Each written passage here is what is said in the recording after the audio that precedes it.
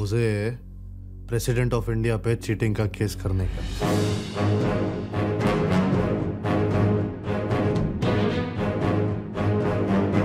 लहरों से डरकर नौका पार नहीं होती, कोशिश करने वालों की कभी हार नहीं होती।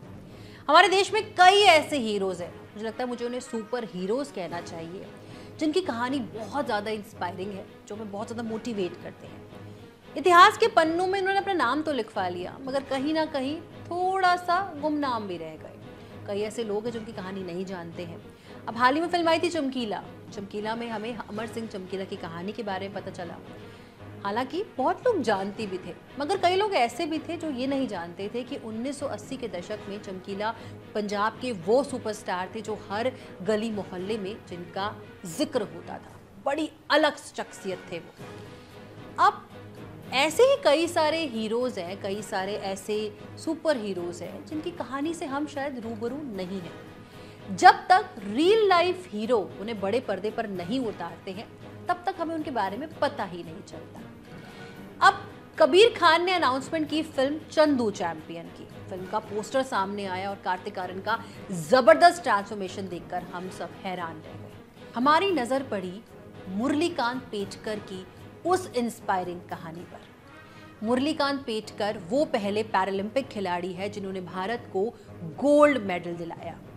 1965 में इंडिया पाकिस्तान के वॉर में जिस तरह से उनको 9 गोलियां लगी, उसके बाद वो पैरालाइज्ड हो गए, वो कोमा में भी चले गए थे। कहते हैं उनको याददाश्त भी उनकी चली गई थी, मतलब चलना फिरना बिल्कुल मुश्किल था। बहुत कुछ ऐसा हुआ, उसके बावजूद, इतनी परेशानियों के बावजूद उन्होंने वो मुकाम हासिल किया जिसके लिए शायद अगर मैं शब्दों में कहूँ कहना ही मुश्किल है। What an inspiring story. Film Chandu champion का हाल ही में ग्रैंडेस्ट ट्रेलर लॉन्च हुआ ग्वालियर में। कार्तिक आर्यन ने अपने शहर में ही इसका ग्रैंड ट्रेलर लॉन्च किया। ट्रेलर में भी बहुत ही अमेजिंग कहानी हमें लगती है, बहुत इंस्पायर करती है, और कार्तिक आर्यन को देखकर तो मतलब लग ही नहीं रहा कि उन्होंने इतना ज़बरदस्त ट्रांसफॉर्मेशन किया। फिल्म तो रिलीज हो रही है, मगर उससे पहले हम आपको रूबरू कराते हैं मुरलीकांत पेटकर की रियल स्टोरी, यानी कि चंदू चैंपियन जिस रियल लाइफ शख्सियत पर बेस्ड है, उसके बारे में आपको बताते हैं। मुरलीकांत पेटकर की कहानी जानने के लिए हमें 1944 में जाना पड़ेगा, जब 1 नवंबर 1944 को महाराष्ट्र के सांगली के एक जिले में चंदू चैंपियन यानी कि मुरलीकांत पेटकर का जन्म हुआ। कहते हैं ना कि पूत के पैर पालने में ही पता चल जाते हैं। बचपन से ही मुरलीकांत पेटकर को जो है कुश्ती का बड़ा शौक। बचपन से ही मुरलीकांत पेटकर का स्पोर्ट्स में बहुत रुझान था, मतलब उनको स्पोर्ट्स खेलना, उनका ध्यान जो था ना उसी वक्त था। जब वो 12 साल के हुए तो उन्होंने अपने गांव के प्रधान के ही बेटे को कुश्ती में हरा दिया। मतलब लोग भी ना यकीन नहीं कर पा रहे थे कि भैया ये करेगा, मतलब उनका नाम चंदू रख दिया गया, फिर बाद में वो चंदू चैंपियन बने। माँ बाप भी चाहते थे कि हमारा बेटा जो है वो खेल कूद में कम ध्यान लगाए, पढ़ाई में ज़्यादा ध्यान लगाए। ऐसे में क्या होता है कि जब उन्होंने प्रधान के बेटे को हरा दिया तो उनको लगा अरे वाह मैंने बड़ा काम किया, मगर उनको नहीं पता था कि प्रधान जी और या फिर उनके जो बेटे इस बात को अपनी ईगो में ले जाएंगे। भैया प्रधान जी का बेटा बड़े ऐशो आराम पलने वाला। अब प्रधान जी को भी लगा कि भैया ये इसने मेरे बेटे को हरा दिया, तो भाई उनके परिवार को परेशान करने लगे, उनको धमकियाँ देने लगी। ऐसे में क्या होता है कि जब ये कुश्ती होती है तो उनको 12 रुपये मिलते हैं एज ए रिवॉर्ड, और मुरलीकांत पेटकर वहाँ से भाग जाते हैं, मतलब कहीं दूर छुप जाते हैं। अब जब वापस लौटते हैं तो ज़िंदगी वही चल रही होती है, पढ़ाई लिखाई तो करनी थी। ऐसे में वो इंडियन आर्मी ज्वाइन कर लेते हैं। बड़े होने पर मुरलीकांत ने इंडियन आर्मी ज्वाइन कर ली, मगर अपना पैशन उन्होंने नहीं छोड़ा। उनका रुझान स्पोर्ट्स में रहा। यहाँ पर आकर उन्होंने बॉक्सिंग भी करी, और आपको बता दें कि 1964 में टोक्यो में हुए इंटरनेशनल सर्विसेज स्पोर्ट्स मीट में उन्होंने एक अवार्ड भी अपने नाम किया। लेकिन मुरलीकांत को नहीं पता था कि आगे उनके लिए तूफान खड़ा है। 1965 में मुरलीकांत की पोस्टिंग सियालकोट में थी। सितंबर का महीना था, भारत पाकिस्तान के बीच वॉर शुरू हो गई। इस युद्ध के दौरान पाकिस्तानियों से लड़ते हुए उन्हें 9 गोलियां लगी। इतना ही नहीं, एक गोली तो उनकी रीढ़ में धंस गई थी, उनके सर पर भी गोली लगी, और इसका ये आलम रहा कि उनके कमर से निचले हिस्से में लकवा मार गया था।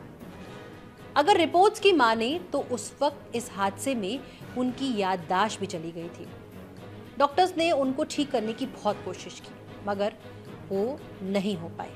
मुरलीकांत की तबीयत इतनी खराब होने लगी कि वो बिस्तर पर ही थे। वो अपने परिवार पर बोझ नहीं बनना चाहते थे। ऐसे में डॉक्टर्स ने कहा कि वो नॉर्मल जिंदगी नहीं जी सकते, मगर मुरलीकांत ने ठान लिया कि वो अपने आप को एकदम ठीक करेंगे, स्ट्रॉन्ग करेंगे, और यहाँ पर भी उन्होंने स्पोर्ट्स का सहारा लिया। कई महीनों तक उनका इलाज चला और उन्होंने अपने कोच की मदद से स्विमिंग करना शुरू किया। उन्होंने पैरा फ्री स्विमिंग की कैटेगरी में पैरालंपिक की तैयारी भी शुरू कर दी और ऐसे करते करते उन्होंने वो मुकाम हासिल किया जिसकी हम सब कल्पना भी नहीं कर सकते। 1962 में उन्होंने 50 मीटर फ्री स्टाइल स्विमिंग में हिस्सा लिया और इसमें वो जीत भी गए। मात्र 37 सेकंड में उन्होंने वो पार किया। इसी के साथ वो भारत के पहले पैरालंपिक तैराक बन गए और गोल्ड मेडल अपने नाम किया। सोचिए क्या जज्बा था उनका। डॉक्टर्स ने मना कर दिया था ये नॉर्मल लाइफ नहीं जी पाएंगे, ये ऐसा कुछ नहीं कर पाएंगे, मगर उन्होंने पूरे भारत को प्राउड फील कराया। पहला पैरालंपिक खिलाड़ी वो बने जिन्होंने हमें गोल्ड मेडल दिलाया। हालांकि मुरलीकांत पेटकर बहुत ज्यादा स्वाभिमानी भी थे। वो नहीं चाहते थे कि कोई उन पर रहम करे, किसी भी तरह की वो किसी पर बोझ नहीं बनना चाहते थे और किसी की मदद ऐसे नहीं चाहते थे। उनका कहना था कि अगर आपको लगता है कि मेरे अंदर टैलेंट है तो मुझे काम दीजिए, मुझ पर तरस मत खाइए। अब ये जो मैं किस्सा को बता रही हूँ बहुत ही इंटरेस्टिंग है। टाटा ग्रुप ने 1965 की जंग में घायल हुए फौजियों की मदद करने का फैसला किया, मगर मुरलीकांत ने ये हेल्प लेने से एकदम मना कर दिया। उनका मानना था कि भाई उन पे दया मत कीजिए, वो विकलांग भले हैं लेकिन वो अपना ख्याल खुद रख सकते हैं, आप उन पर किसी भी तरह का कोई एहसान ना करें। उन्होंने कहा कि भाई मदद करनी है तो मुझे काम दे दो। उनका ये जवाब सुनकर कंपनी बहुत ज़्यादा इम्प्रेस हुई और उन्हें टेल्को में नौकरी का ऑफर दे दिया। आपको बता दें कि यहाँ पर मुरलीकांत ने 30 साल तक काम किया। फिजिकली चैलेंज होने के बावजूद भी मुरलीकांत ने भारत में तो नाम कमाया लेकिन विश्व में भी भारत का नाम रोशन किया। मगर ऐसा कहते हैं कि उन्हें उस वक्त वो सम्मान नहीं मिला जिसके वो हकदार थे। 1982 में उन्होंने तत्कालीन सरकार को चिट्ठी लिखी थी। उस चिट्ठी में उन्होंने रिक्वेस्ट की थी कि उन्हें अर्जुन अवार्ड दिया जाए, उसके वो हकदार है। हालांकि सरकार ने उनकी ये गुजारिश खारिज कर दी। इस बात से उन्हें बहुत दुख हुआ। उनका मानना था कि क्या वो विकलांग है और क्या इसी वजह से उन्हें वो सम्मान नहीं दिया जा रहा। ऐसा कहा जाता है कि सरकार के इस रूखे रवैये के बाद उन्होंने अपने सारे मेडल, सारे सर्टिफिकेट्स को एक गट्ठर बनाकर हमेशा के लिए छुपा दिया। इसके बाद मुरलीकांत सब कुछ भूल गए और अपनी नॉर्मल लाइफ जीने लगे। मगर साल 2018 में उनके पास एक कॉल आया और उन्हें बताया गया कि उन्हें पद्मश्री से सम्मानित किया जाएगा। वो मोमेंट उनके लिए गर्व का मोमेंट था, खुशी का मोमेंट था। वो यकीन नहीं कर पा रहे थे कि इतने सालों के बाद जो है उनको जिस चीज़ के वो हकदार थे, जिस चीज़ के लिए वो तरस रहे थे, वो उन्हें मिल जाएगी और उन्हें सम्मानित भी किया गया। मोमेंट बहुत ही ज़्यादा प्राउड था। ऐसे में अब जो है मुरलीकांत पेटकर 79 साल के हैं और अपने परिवार के साथ पुणे में रहते हैं।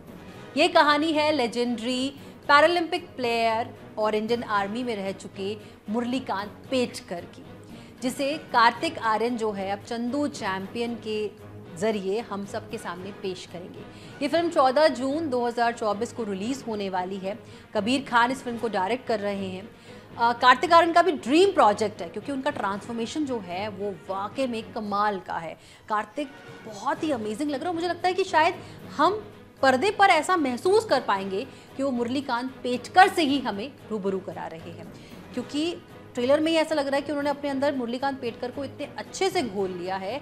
शायद बड़े पर्दे पर हम मुरलीकांत पेटकर को ही देख रहे हैं, ऐसा मुझे लगता है। आपको ट्रेलर कैसा लगा और मुरलीकांत पेटकर की कहानी कितनी इंस्पायरिंग लगती है हमें कमेंट सेक्शन में ज़रूर बताइएगा। साथ ही बॉलीवुड और टीवी से जुड़ी हर अपडेट के लिए देखते रहिए फिल्मी बीट। अगर आप हमारा ये वीडियो फेसबुक में देख रहे हैं तो प्लीज़ हमें फॉलो करें।